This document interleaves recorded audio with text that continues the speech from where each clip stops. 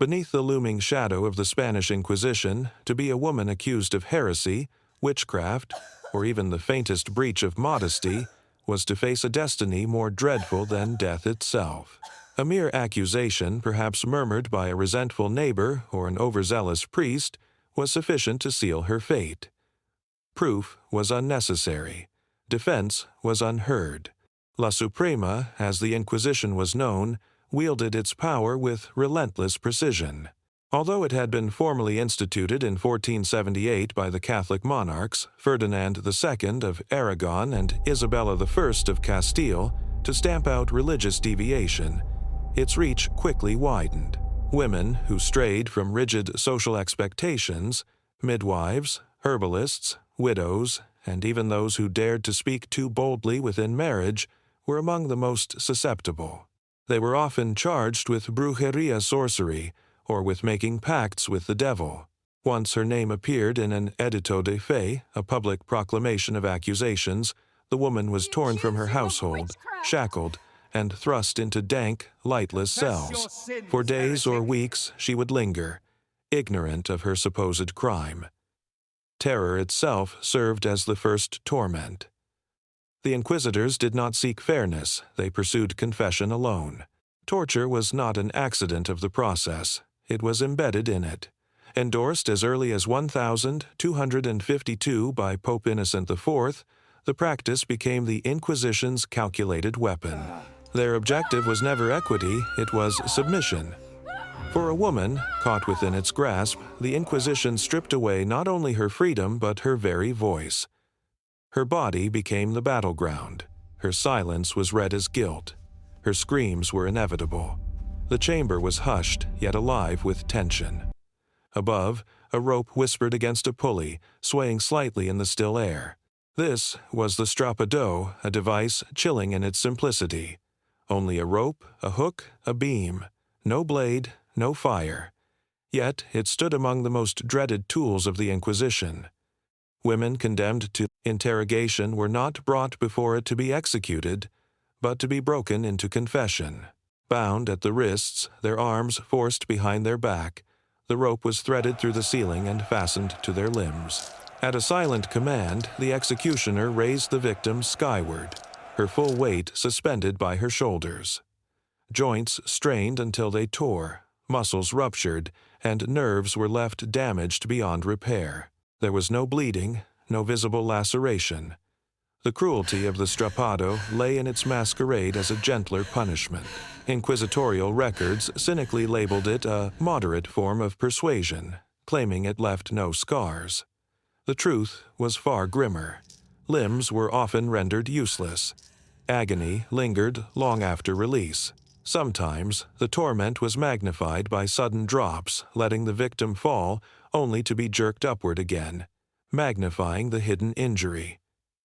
A woman's cries were dismissed as deceit. Her refusal to answer meant another lift. And another. The true toll of the strappado remains unknowable. Many accounts vanished, others were never inscribed. What endures are a handful of testimonies and the silence of countless more. Torture chambers across Spain and its colonies bore these simple yet devastating devices. Their reign stretching from the late 1400s well into the 1700s. To the Inquisition, this was not cruelty, it was purification. But to the women, guilty of nothing more than being named, it was a descent into pain delivered not by mobs or war, but by an institution that claimed agony could redeem the soul. Its form was unmistakable. Long, arched limbs of iron, each tipped with hooks designed not to bind, but to tear.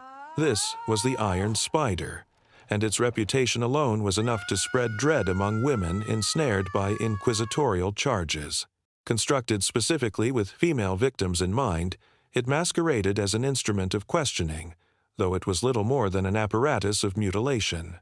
Fastened to cold stone walls, within echoing chambers, the iron spider stood as a grotesque symbol of the Inquisition's willingness to forge suffering into steel. Victims were dragged forward, bound in chains, accused in whispers, and often already weakened by hunger, terror, or previous ordeals. Surviving testimonies suggest inquisitors deliberately targeted parts of the body that would ensure not only agony, but lifelong shame or disablement. The jagged prongs, frequently heated red-hot in the flames beforehand, were pressed against bare flesh. The intent was never to uncover truth through reasoned inquiry. It was to tear confessions out through unspeakable torment. Although documentation is scarce, often purposefully destroyed or written in evasive language, the iron spider is believed to have been applied to women denounced for heresy, adultery, or for sexual relations the Church deemed impure. Unlike public punishments, meant to instill fear through spectacle, this device scarred in ways that reached far beyond the physical. Survivors, if they existed, carried mutilations that branded them with permanent humiliation. Yet such women were never tried in any fair judicial sense. Inquisitorial proceedings unfolded behind closed doors, and guilt was assumed from the very moment a name was uttered. Perhaps the most chilling aspect of this instrument was the deliberate way it was crafted for women. Though the Inquisition cloaked itself in the mission of saving souls, it frequently centered its violence on the female body, both vilified as temptation and controlled as property. Implements such as the iron spider were not crude improvisations. They were calculated, ceremonial acts of domination, sanctified under the banner of piety. Iron links rattled as a woman's wrists and ankles were lashed to opposite ends of a massive wooden frame. Known in Spain as La Tortura del Potro, the torture of the colt, the apparatus was simple in design, yet devastating in effect. She was not guilty by any lawful verdict. She was merely accused, perhaps of sorcery, blasphemy, or communion with the devil. Yet her body was about to become the canvas upon which a confession would be painted in agony. The rack, later known by its English name, was constructed as a rectangular wooden platform with rotating rollers fixed at each end. Ropes secured the limbs of the accused. As interrogators twisted, the rollers, sometimes deliberately slow, other times, in sudden jerks, the ropes pulled tighter, forcing her body to stretch beyond its natural limits. The suffering was unending, designed not to kill swiftly, but to erode the will. Though the Inquisition publicly claimed its goal was spiritual correction, records preserved in procesos inquisitoriales, trial dossiers, reveal that moderate torture, such as the rack, was central to their system of interrogation. Women, in particular, bore the brunt of this cruelty. Many accused could not read, let alone in Latin the language in which their charges were delivered. In this imbalance, the rack served not only as a tool of physical destruction, but as a mechanism of forced obedience to religious and institutional power. For women, accusation was perilously easy. Suspicions of witchcraft, gossip of immoral behavior, or even trivial community disputes could summon the rack. Once bound upon it, she was questioned again and again. A denial turned the rollers further. A confession ended the torment, but not always her ordeal. Some were given absolution, condemned to penance. Others were consigned to fire. The rack spilled little blood, yet it shattered countless lives. In the machinery of the Inquisition, it functioned as a quiet accomplice, compelling truth, not through reason, but through the breaking of flesh. She sat wordless, her fate enclosed within the cold stone walls of the inquisitorial chamber. No crowds gathered, no jury presided. Only the flicker of a torch cast shadows over the instrument that awaited her, the device later known as the pear of anguish. Its precise invention remains disputed, but it is referenced in post-Inquisition writings and compiled torture catalogs. Forged in metal, shaped like a pear, and sectioned into hinged petals, it served as a weapon of internal torment. Depending on the crime alleged, it was forced into a bodily cavity, then expanded by the slow turn of a screw. The mechanism spread the petals outward, rending from within, inflicting searing internal pain while leaving no external wound. The device itself, forged from iron, was never engineered to kill outright. It spilled no blood and left no outward wound. The suffering it caused was hidden, inflicted within. When forced into the mouth, it was commonly used against those charged with blasphemy or with spreading words deemed heretical. For women, however, its application was most often tied to accusations of sexual misconduct, dealings in forbidden magic, or associations condemned as spiritually corrupt. Whether its precise use is documented in contemporary inquisitorial archives or pieced together from later punitive manuals, the pair of anguish embodies the intersection of control, shame, and violation. Though absent from the central trial ledgers of the Tribunal del Santo Officio, its placement within post-Inquisition torture catalogues indicates it belonged to the broader culture of ecclesiastical punishment that the Inquisition helped shape.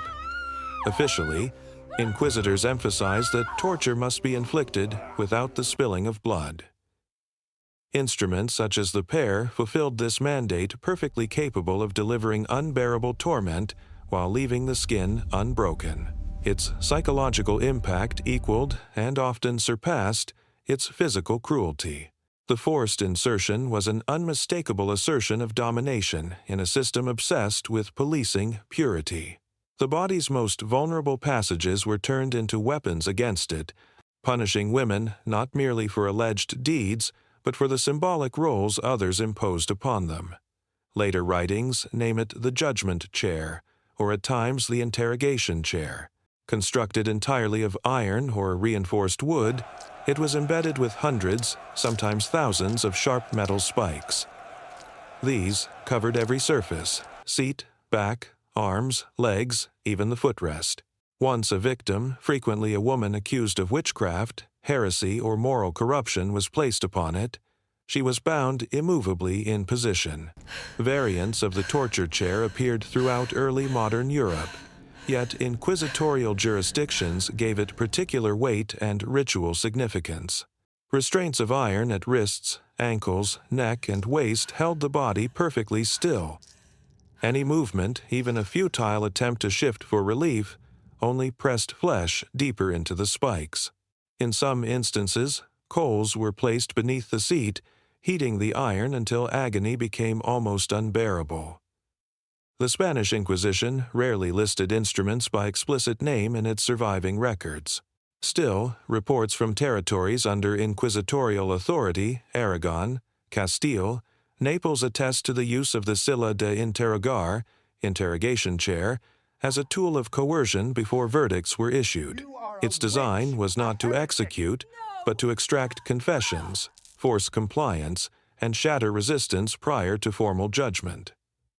Once fastened in the chair, the accused faced relentless questioning. A refusal to confess did not free her. It meant hours or even days locked in stillness, spikes embedded in her skin. The judgment chair did not render a verdict. It simply ensured defiance was crushed. For the inquisitors, that sufficed. The Spanish Inquisition wielded fear, faith, and flesh as weapons, enforcing obedience not solely through executions, but through devices that stretched the boundaries of human endurance. And how did such courts justify torment in the name of salvation? The answer lingers in the rationalizations of the age, yet the warning of Johann Weyer, a 16th-century physician who condemned the witch trials, rings clear. The cruelty of these men is not less than that of the tormentors of the martyrs.